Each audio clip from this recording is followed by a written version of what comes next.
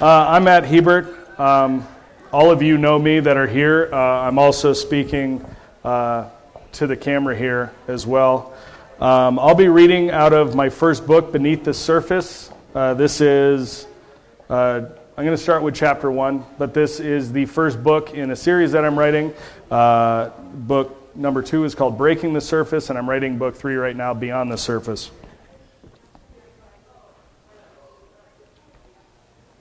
Are we good? All right, so I'm going to start. This is chapter 1. It's called A Day in the Life.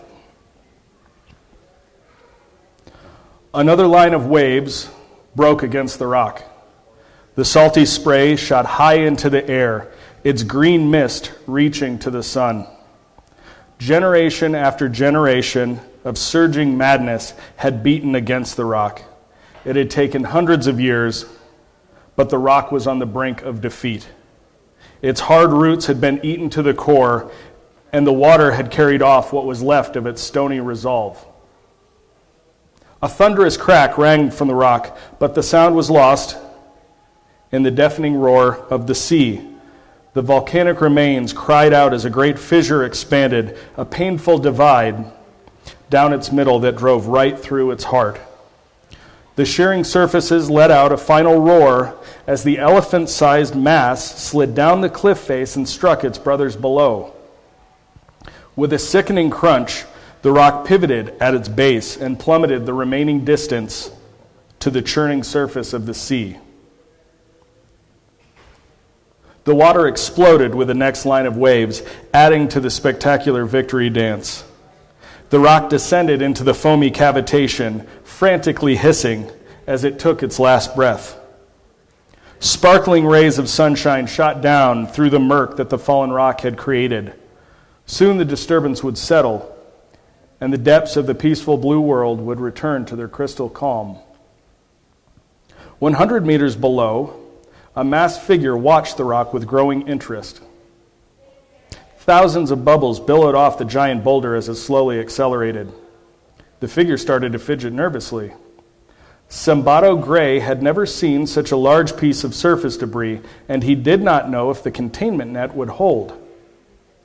The government had installed the heavy steel mesh years ago to ensure protection against such things, and also to keep younger swimmers from going too close to the surface. In fact, Sambato could not legally be at this depth normally, but he had just acquired his Class C3 license. He rolled the license over in his hands as he waited for the rock to fall.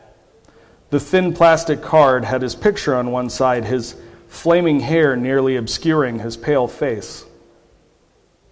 He sat in his submarine, an Atlantis Mark III, which had the watertight seals that qualified it as a Class C. He had the cockpit open and his breathing mask was on, since he could not see the falling object through the glare of the sub's guard shield. His anticipation heightened as the rock's current course carried it toward the center of the closest net cell. The net was stretched over a hexagon-shaped grid of cells which mimicked the complex layout below. It was rare to see an object fall from the surface at all, let alone something as big as this boulder. The rock plummeted closer. Sambato held his breath. Within seconds, the large volcanic mass collided into the steel web. Just as Sambato feared, the mesh took up a lot of slack before the full impact of the rock had taken effect. But to his surprise, the flexibility of the net had absorbed the vast majority of the shock, and the frame above, although releasing an eerie, whale-like creak, had only shifted a couple of inches.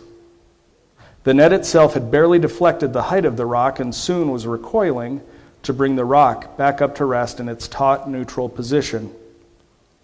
Sambato suddenly gasped. He had not breathed for nearly 30 seconds. The rush of oxygen hurt his head and his lungs. He blinked away tears as he pressed his tank's warning button with frustration. What good is a breathing sensor if it only goes off after I've nearly passed out? Sambato continued to watch the rock, although his interest had soon shifted up to where the rock had come from. He watched from below, 300 feet down, as the glaring sunlight sparkled off the tumultuous ceiling above. He had heard many foreboding stories about the surface, most of which he guessed were true. But despite being warned many times throughout his youth, he had never stopped being curious. I wonder what it's like to skim the surface, see the sun, the moon, the stars. But that required a Class A sub with airtight seals and the coveted Class A license, which most people could not afford, let alone earn. Zimbardo was older now, and that's what his new license was all about. Being 18 was one of the requirements for the Class 3, and he had wasted no time getting the permit nearly 3 weeks after his birthday. This was the first opportunity he had taken to navigate this high with using his new freedom, and he could not help but notice how much lighter the pressure was at this level. He was usually swimming down at the 400 mark, with a pressurized suit, of course. A Class 2, the first unaccompanied minor license, would allow a person to roam free down at 400. Despite his new independence, he was careful not to make any mistakes. There was bound to be a penalty officer watching from somewhere, if not a camera. He gave the fallen rock one last glance as he pulled the guard shield down and began the evacuation process. He concentrated as he balanced the submarine. Voiding the cockpit of water was one of the more difficult challenges of piloting a submarine, and it had nearly cost him a failure on his license exam. If a pilot did not keep the air balanced with the ballast water taken in, the sub could sink unevenly, or worse, shoot to the surface like a cork. That was another reason for the containment net. Most new submarines did have an auto balance feature, but the Swimbler Submarine Company was famous for giving people an affordable submarine, not a fancy one. These older Atlantis models were the rule, not the exception. Okay, 64 for the water, and the cockpit is 12 cubic feet. I need 768 pounds. Zimbardo had memorized the conversion right away, but that was the easy part. He had to transition the water out without releasing the valve completely, or he would risk blowing out the cockpit seals. He did not want to ruin the new seals he had just replaced. Submarines required updated seals and other maintenance to be logged with the proper authorities, and that was just for watertight cockpits.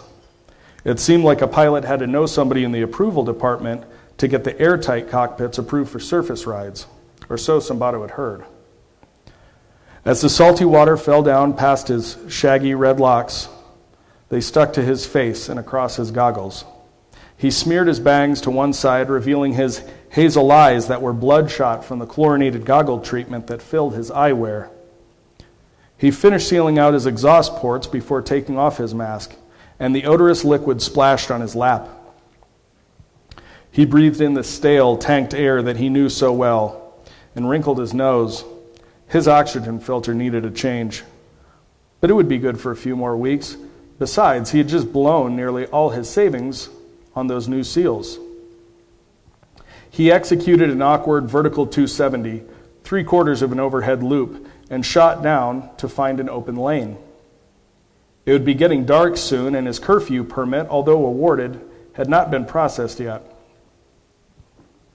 As Zimbardo approached the bustling rush-hour traffic flow, his submarine's display monitor transitioned to play the voice of his onboard guidance system. The OGS chimed. Please approach transition 46 and prepare for velocity matching procedures. Zimbardo followed the on-screen prompts and was soon accelerating to his Atlantis' maximum speed, just under 40 miles per hour.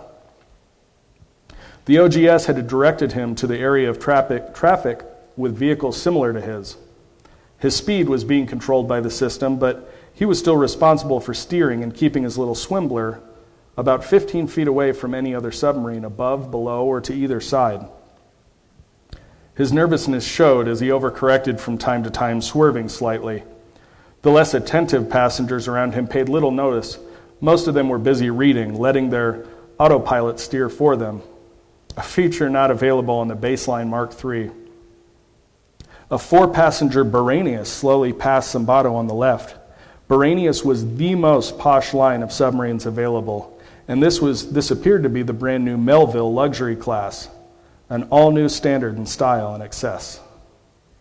Zimbardo admired its mirror-like finish, which shined proudly even at this considerable depth. The fluid, austere lines combined with the Oversized viewing shields gave the vehicle kind of haughty, proud beauty. The pilot, sitting front and center, appeared to be a hired hand. He looked onward stoically while the young lady in the back seat glared at Zimbardo contemptuously. He broke eye contact when the OGS warned him to make his next suggested maneuver. Chapter 2, The Attack. Zimbardo walked back to his family's front door. His best friends, Melagos Feldman and Kramen Metroid, had apparently gone down to the Aquarics to look at the new Mako Z. It was the first enclosed single-rider Mako had made. Some said the cockpit would ruin the hydrodynamics, but others were excited to finally see some developments in the sport racing class of the submarine market. With his friends already gone, Zimbardo decided to spend the day visiting with his grandfather, Hiram. He drove his Mark III down to the gold sector where his grandfather lived. He could have walked through the passages that connected his grandfather's older sector with his family's newer one, but the lifts were extremely congested that day, and Zimbardo was taking every opportunity he could to use his new license. Grandfather lived in one of the oldest sectors in the district. Gold had been around forever, at least 70 years, and by the looks of it, the council had not done much to improve it. The metal around the windows was rusted over, more than a dozen dormitories had imploded, and an entire floor had had to be sealed off at one point to be remodeled. Zimbardo's parents had tried to convince his grandfather to come live with them in the new Madison wing, but he wouldn't have it. Every time they brought it up, he'd become stubborn and start to lecture about memories, respect, and devotion, leaving the room with tears in his eyes. Zimbardo's parents had given up since then, but he still liked to visit the old man from time to time. He slowed down as he approached the depressurized landing pod. When the last of the water had drained out, he took off his mask and scuba gear and left it with the Mark III. He finished drying off as he walked down 2 flights of stairs to his grandfather's level. Boom, boom, boom! Gunshots. That's something rare to hear, even in these parts. He had just opened the door to the floor's hall, when 2 men ran past, knocking him back into the stairwell. They were both dressed in black with tactical harnesses. One had a mask, and the other sported a patchy mustache on his pale, worried face. He was clutching his bloody shoulder. Zimbardo listened to their footsteps go up 2 flights, followed by a slammed door. They were probably headed to the landing dock. There are always hoodlums and criminals running these halls, but most were petty thieves. Zimbardo collected himself and continued down the hall. It was rust-covered and soggy from nearly a century of leaks and corrosion.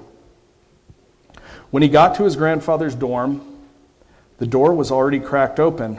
He went inside immediately. The place had been ransacked. The entire apartment had been turned upside down.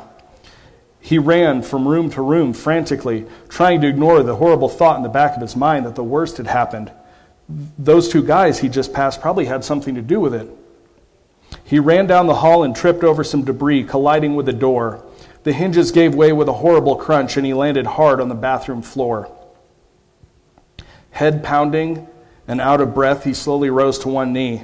He reached out for support and gave a shout when that support grabbed him back. He gave another shout when he looked up to see his grandfather holding a pistol pointed straight at Zimbardo's face. The old man's grip was crippling as he bore down on Zimbardo's arm with his other hand. His appearance was far worse than Zimbardo's. He had a large welt on his gray, wrinkled forehead, and a deep gash bled on his left arm. He seemed to be winded, but he held the gun firmly. He was propped awkwardly against the wall. As the old man's pale blue eyes focused on Zimbardo's face, the fire behind them faded. All at once, he collapsed into Zimbardo and started sobbing, something Zimbardo had never seen before. The tears carried on for several minutes as the bewildered boy wrapped his arms tightly around his sorrowful grandfather. After several minutes, the old man spoke. "I told McGarrett those bastards were back. I think they've been hiding in the technician's closet all week." He tried to gain his composure, unsuccessfully. "I tried stopping them. Didn't do that great of a job, did I?" he said quietly, thumbing through the tattered remnants. You mean those were mutants? Sambato asked excitedly. He had heard all sorts of stories about the unfortunate people who hadn't gotten underwater soon enough. They suffered all sorts of horrible mutations and disfigurements, and because they carried the radiation with them, they were not welcome in the underwater communities. From time to time, one would make a sudden public appearance and would be headline news for days. Sambato had heard the stories his entire life, but he had never actually seen a mutant. Grandfather slowly looked up at Sambato with vastly disappointed and hopeless blue eyes and dropped his head back down. Yeah, the mutants, he said in a very quiet, dejected voice. What were they after? Sambato queried. What's that? He followed up, indicating the rough old book under his grandfather's arm. It's nothing, Grandfather shot back, making a poor attempt at hiding the book with his other arm. Were they trying to get it? Yes. But what would mutants want with an old book? What's it about anyway? Sambato asked, genuinely curious. It's about me, Grandfather said coldly, and my life before this wretched place. He indicated the space all around them. It's my journal. Journal? Someone wrote a book about you? No, damn it. A journal is something that you write for yourself. It's like a blog on paper, only you don't share it. We had to do it for a school project. We were experiencing life before computers. I enjoyed it so much I kept doing it for myself. Oh, wow. You mean when you lived on the surface? Sambato inquired excitedly, ignoring his grandfather's remark. Before computers? Blogs are so obsolete. Yes, me and your great-grandma and great-grandpa, and he trailed off, beginning to cry again. Eager to change the subject, Sambato followed his curious intuition. Well, can I read any of it to you? Perhaps it'd cheer you up, he asked apprehensively. No! Grandfather choked, slamming the cover shut on Sambato's prying fingers. No! Okay, Sambato said. I guess we should get going then. You should probably come to stay at our place for tonight at least. Yeah, you're probably right. Let me grab what I need, Grandfather said, running one hand through his streaky gray beard. The old man started to shuffle aimlessly through the mess and pick up random articles in no apparent order. He picked up a metal container and placed the journal inside, locking the box with a key. He then promptly hung the key around his neck, tucking it carefully under his shirt. As he wandered out of the main chamber, Sambato started to have his own look around. He realized that a good portion of the clutter on the floor was pages from his grandfather's journal. Very interested in what the old journal might contain, Sambato started frantically collecting pages. He grabbed two more just as grandfather came back into the room.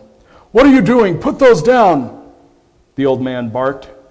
Sambato immediately dropped the pages as if they were contaminated. I don't want you going through those pages, and I don't want you back around this place, you hear? It was not a question. He then piled a number of funny old appliances and some clothes in Sambato's arms and ushered him out the door. Sambato's heart raced with excitement, but he did not bother mentioning the journal pages already in his pocket. So that concludes chapters 1 and 2 of Beneath the Surface.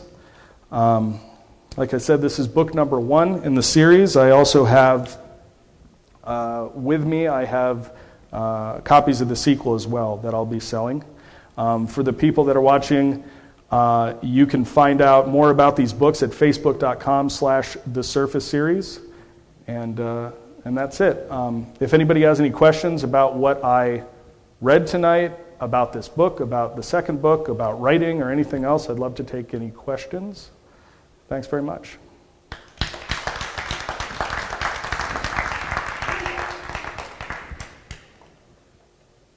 Matt, when did you start writing this book? This one, so the question was, when did I start writing this book? Beneath the Surface started in 2004. I was a junior at Bellevue West High School. And much like this room that we're in, there were windows all around the top of the commons area at the high school. And so I was daydreaming, as I often did between classes, that the windows up around the top of the building were all covered. They were all underwater. And, what if there were tropical fish swimming around and sharks? And so as I continued to rationalize that idea, the back of the school would have to have an airlock where you got into the school bus, which was a submarine. And so I continued to develop this world that this kid lived in. And then the longer it got, I started asking the question, why does this world exist? Where are they? Are they on Earth? Is it some fantasy world? And so this story takes place on Earth about 70 years from now in 2084. And the underwater complex that they live in is a result of they're underwater in the ocean hiding from fallout from a nuclear war that happens in 4 years. So 2 generations later, my main character, Simbato, has been born and raised in this place, and it's all he's ever known. And so his grandfather, who is very rebellious and stubborn, gets him to start questioning reality and this very consumer lifestyle that he lives with all these racing submarines. One of the chapters describes a virtual reality tournament that Simbato is in.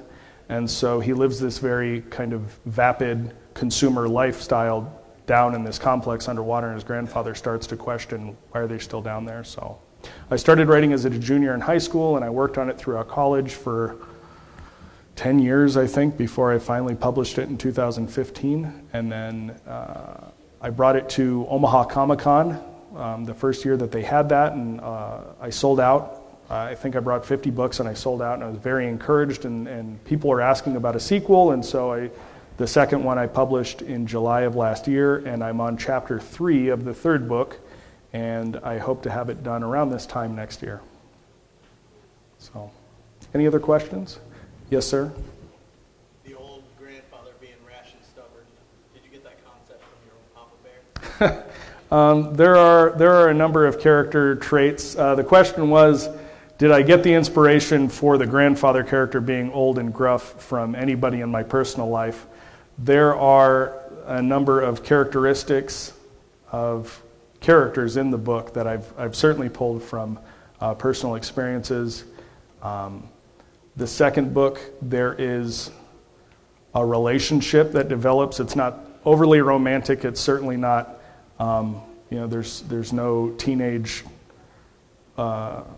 love triangles like in the Hunger Games or anything else. Nobody has to make any choices, I'll say that. So the relationships in the relationship in the second book certainly builds off my own marriage and being a man and almost seeming to go out of your way to disappoint your significant other. So there's some very realistic relationships and very realistic characteristics. The second book also has a lot of strong female characters in it, which is something I wanted to do with the second book. But one thing that you'll notice reading it is that they are not these infallible, perfect examples of humanity. They're just as real as everybody else. And people at Comic-Con that come to me, there's a lot of young ladies at Comic-Con that express appreciation that I've made a book that centers around this group of women, but that they're real characters, that they're not these perfect, I'm not pandering to anybody, so. Yes, ma'am?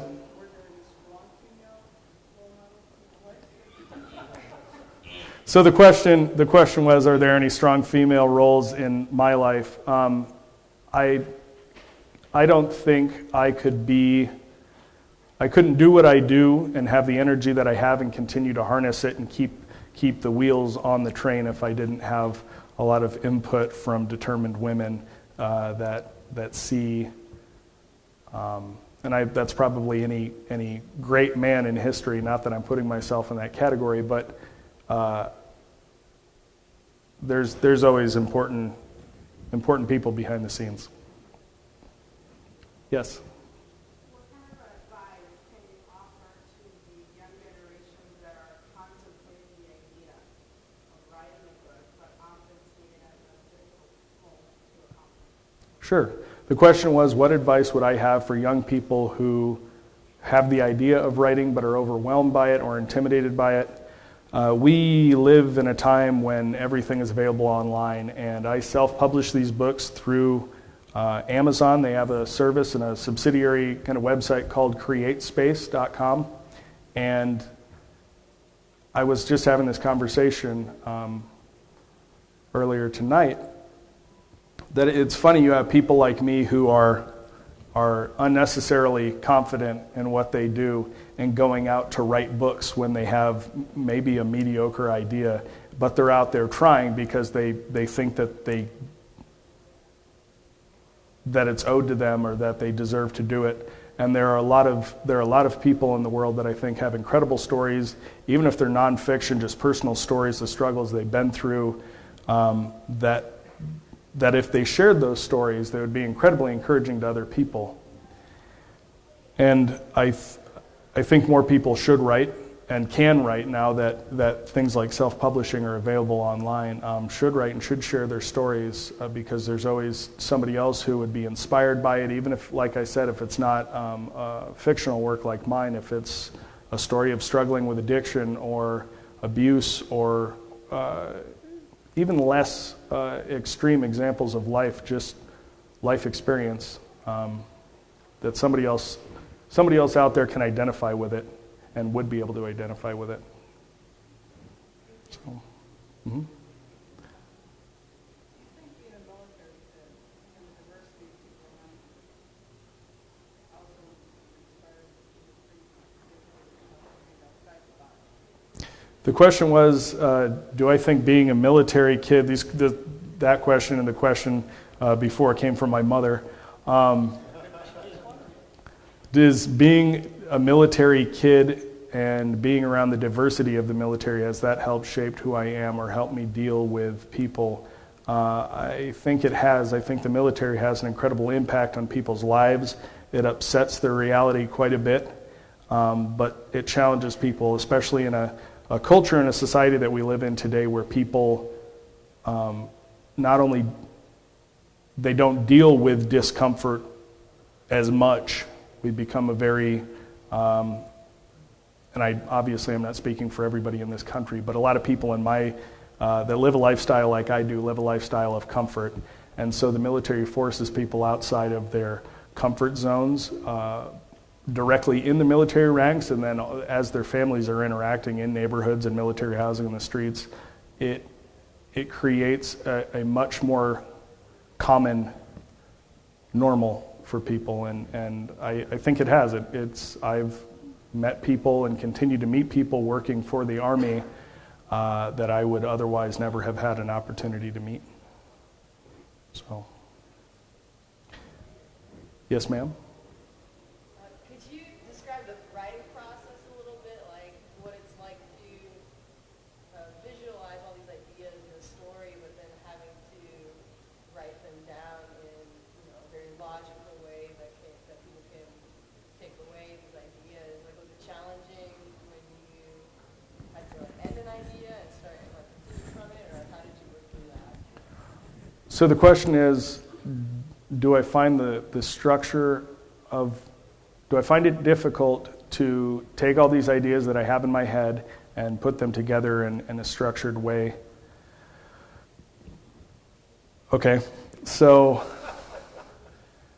the first book was a lot more fluid of a process. I wrote it when I had inspirations. I would write things down, get them down on paper, and I'd get back to my schoolwork.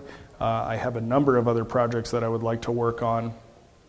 Writing projects, I have 101 things going on at home, and it drives my wife nuts. But writing project-wise, I have a dozen other projects that I would like to get started on, but I continue to come back in college to this one idea and continue to add to it. I would have ideas for completely separate projects. The virtual reality that the character takes part in the book was an idea I had for virtual reality 10 or 12 years ago, and now you see it popping up in I guess I missed the boat on that one. But I didn't know how at 18, 19, 20 years old, I didn't know how to apply for a patent for virtual reality, so I thought, well, I'll put it in a book and at least it's copywritten. So the different ideas that come into the book can be very random. but I continued to work on the structure and just kind of follow the story as it came to me and as a story that I would want to read. It was very difficult at the end, that first time around, tying everything together. I have still in my basement a giant piece of like melamine shower surround from Menards attached to the wall in my basement as a dry erase board, and I finished storyboarding it like that because I couldn't visually think of just writing an outline in Microsoft Word. That didn't occur to me, or at least it didn't feel functional to me. So the second book, I actually sat down and did what I did with the first, which is just writing out a meandering story that I like, but I did an outline, and I did it like that, but in an outline in Word, and then went back through and filled in those ideas as I had them. Stopping, part of the question was also stopping ideas and moving on to something else. I actually think I have a problem the other way around, which is I finish an idea and, okay, that's it. And I have these little cliffhangers in every chapter. And I noticed myself doing that in the first book, and it didn't make as much sense because it's one storyline, it's a linear storyline. In the second book, you see the story break out into two storylines, and it alternates between the chapters. It alternates back and forth between these two parties that have been split up. And so I took advantage of that kind of cliffhanger aspect, and the length of paragraphs in the beginning of the second book is extremely short, and that's intentional to create an idea of pace and urgency until maybe chapter 8 or 9 the story starts to settle down. People have gotten to where they were trying to go, and so there's a lot of techniques to use, I guess, in dealing with myself and my creativity, and then how to add structure to it. Sir, Yes. did you garner any attention from like publishers?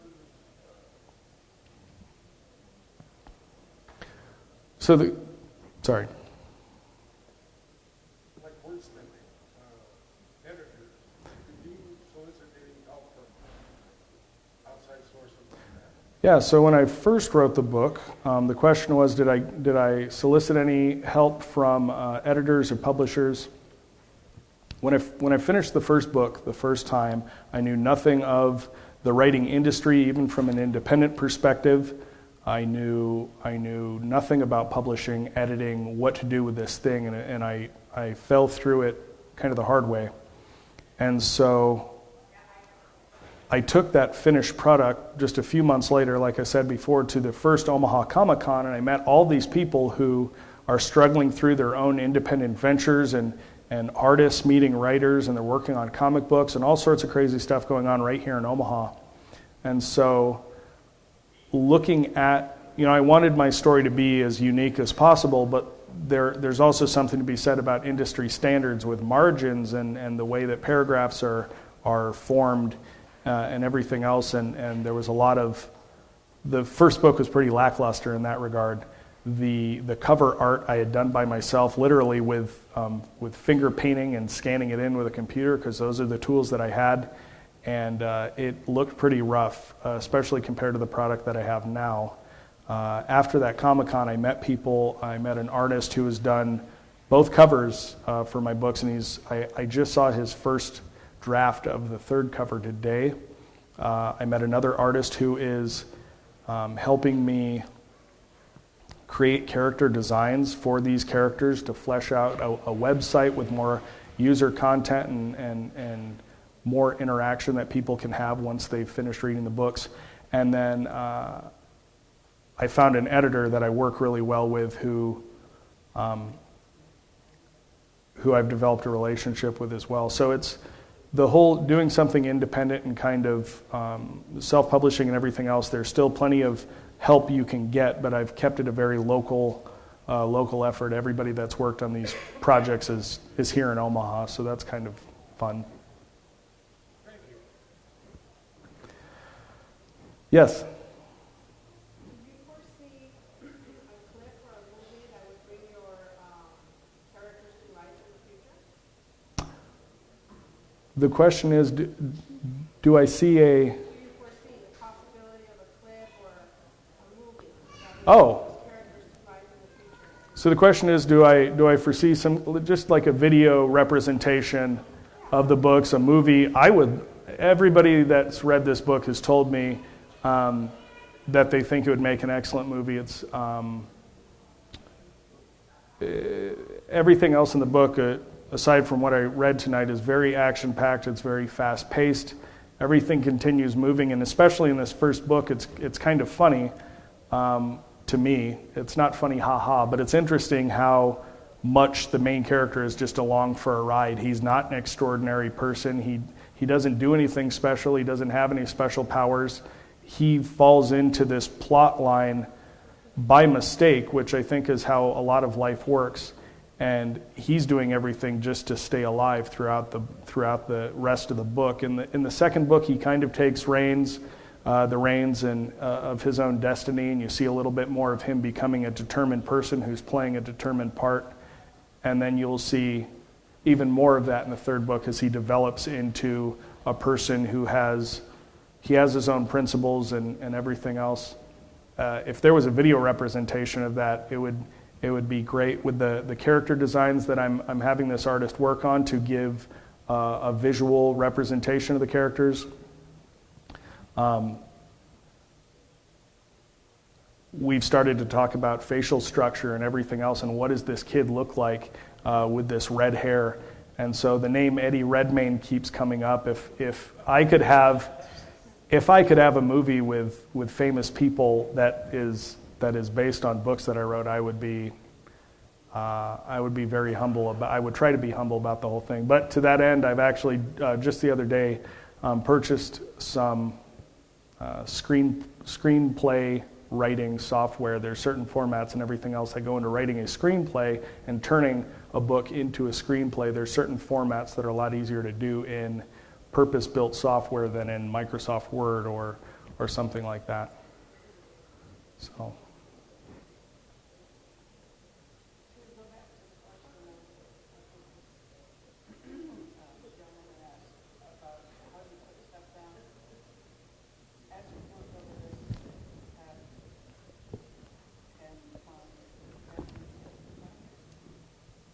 Twelve. In your mind, is this a place that has taken, like, on its own, does it take on its own existence? Does it take on a, like,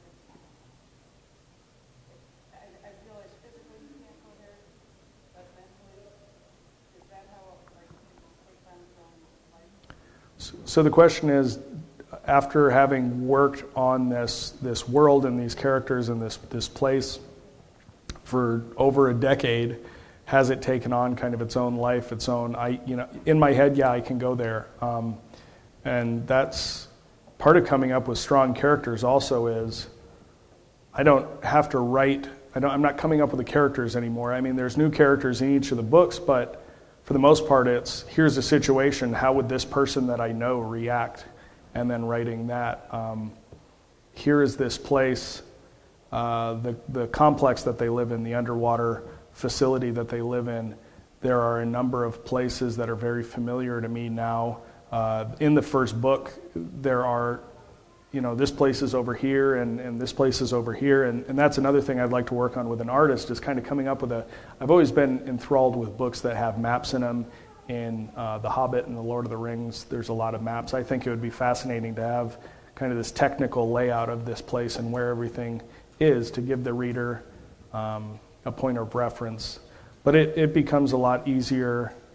And into the second book and in the third book, there's a lot less of my own creation going into it because this is a spoiler alert, but in the parts of the second and third book take place up above the water. And this place exists out in the Pacific Ocean. It's a real location. So they end up, traveling the world and go to real places that actually exist. So to that point, I don't have to write it at all. I'm going down Google Street View and describing what it looks like to walk 100 miles from this place to that place if all of the buildings had been deteriorating for 75 years. So it's a lot more concrete in that sense. I'm asking you what you feel like your next step in the process of your creation is going, where you feel like you want it to be. So the question is, where do I feel like, or what do I want my next step in this process to be as far as creating? I'm working on the third book, Beyond the Surface. It will be longer than the first two. The first two are just over 300 pages, 310, 320 pages. The fourth book will probably be, I'm giving it more time. It will probably be over 400 because there's so much more story. It's the last chapter. I have a lot to say and a lot to end. What I would like to see happen next is I've done a lot more of my due diligence in sending out query letters to literary agents and to publishing houses for more conventional effort. I'm working a lot more with these local artists and creating more content and more for people to have. Once you have a character design, and there's Comic-Con's a great example of people will go to Comic-Con and you pick a thing, Pokemon, for example. You can go to a Comic-Con and buy anything you want that is Pokemon, and people enjoy that, and they like it a lot.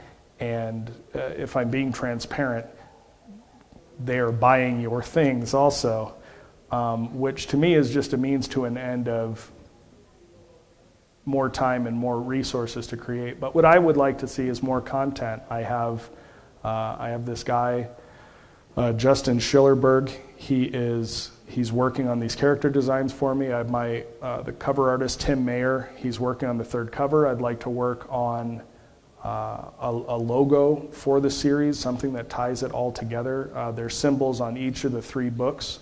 I'd like to see something that is, when somebody looks at it, is evocative of the rest of the covers, that is a symbol for the series. So more content and just fleshing it out into something that it isn't yet. So. Do you see this series going beyond 4 books? The question is, do I see the series going beyond 3 books? There would be room, I think, for a prequel, but I've never been a fan of people just squeezing something to get all the juice out of it. I thought the fact that the Hobbit trilogy was even a trilogy. I'm much more a fan of the cartoon from 1978, which is only an hour long, but it covers everything and it hits all the... So I was even afraid of making it a trilogy for trilogy's sake, because I'm not a fan of that in today's kind of consumer atmosphere, which is why I'm spending so much time on this third book, because I feel like it will be the final last chapter for anything to happen, and so I want to give it its kind of due energy. If there were a fourth book, it would be a prequel which describes what is happening in the world up to kind of behind the scenes from things we know about now for building these underwater facilities. But that would be it. So, yep. One of your books, you dedicate the book to several people, and one of the names I'm not familiar with, I was just curious what that was. Victor, is it how you pronounce the last name? Beatty. So the first book I dedicated, I don't think I dedicated it to anybody. I have in the new cover, in the new copy of the first book, I mentioned Tim Mayer's name, who is the artist that did the cover. In the second book, when I wrote that second book, it took me from July, which is when Omaha's Comic-Con is, July of 2015 to July of 2016, I had boxes of the second book at that next Comic-Con. So it took me a year to write the book, have it edited, have a cover art for it, have it all put together, and have it ready for that next show. And the amount of time, it was very systematic. Every night I was upstairs in my loft, my attic, 2 hours a night during the week, and 4 or 5 hours a night on Friday and Saturday nights, just working. And I wasn't typing the whole time, otherwise the book would be twice as long as it is, but just thinking and working on it. And so one of the dedications you'll see in the second book is to my wife for allowing me the time and the unconditional support for letting me seclude myself up there. The other name that you're referring to is Victor Beatty. Vic was a security guard at the construction site that I work at, which is at the Air Force Base, and he was the guy that waved people onto the construction site. It's a military site, so there has to be some semblance of security and order. And so he was the kind of guy that would know, not unlike myself, that he knew there's 1,000 people going onto the construction site, and he knew every single person. And so through small talk and him being gregarious and me being gregarious, I ended up getting him a couple copies of my book to read either while he was there at work or at home. And he read through it very quickly and was very enthusiastic about it, very supportive of it. And so he would ask me when he found out I was working on the sequel, because both book 1 and book 2 end with a cliffhanger. And so he was very anxious to read the second book, and he would ask me every time I saw him, which was about once a week, he would ask me, Matt, what chapter are you on? Don't leave me hanging. I want the rest of this story. And so I finished the rough content in February of 2016, so about a year ago, and I was able to tell Vic that, and he was pumped, and he was ecstatic, and the energy that guy had. And this was actually on the local news, but he was shot outside of a bar in North Omaha in April of last year, and within a week, I think our supervisor at work passed away also. It was a very tumultuous time in my life because I've lived this very pampered life where few people that I see on a daily basis have ever passed away, and the fact that I'm 28 at the time, and that I hadn't had to deal with that was kind of humbling. So I dedicated the book to Vic. I actually just today, after trying to connect with I went to his funeral and I talked to his wife about the book and talked in front of everybody, and she knew exactly who I was, and the number of people from the different walks of life that were at that place was kind of a testament to Vic and what he did. All of the airmen that he had berated as a sergeant in the Air Force, and the biker community. I mean, there were a lot of leather vests in there, people from all walks of life that he had touched. And so I told her there at his funeral that I was going to dedicate the book to him, and she was very thankful. And but we had just continued to miss connections, and she has a very busy life. She has older kids. I have a very busy life, and so just today I was able to send those books to her in the mail. So I'll hopefully, we're connected on Facebook, and hopefully I'll get to talk to her about that. But yeah, Vic is, every day I drive onto that site and he's not there smiling, and it's some young kid just waving people on. I miss him. So, well, I think that's probably going to conclude the Q&A. I really appreciate everybody that showed up and the support. I appreciate Cami from Hotel RL here in Omaha and the resources here to do this. So thank you very much.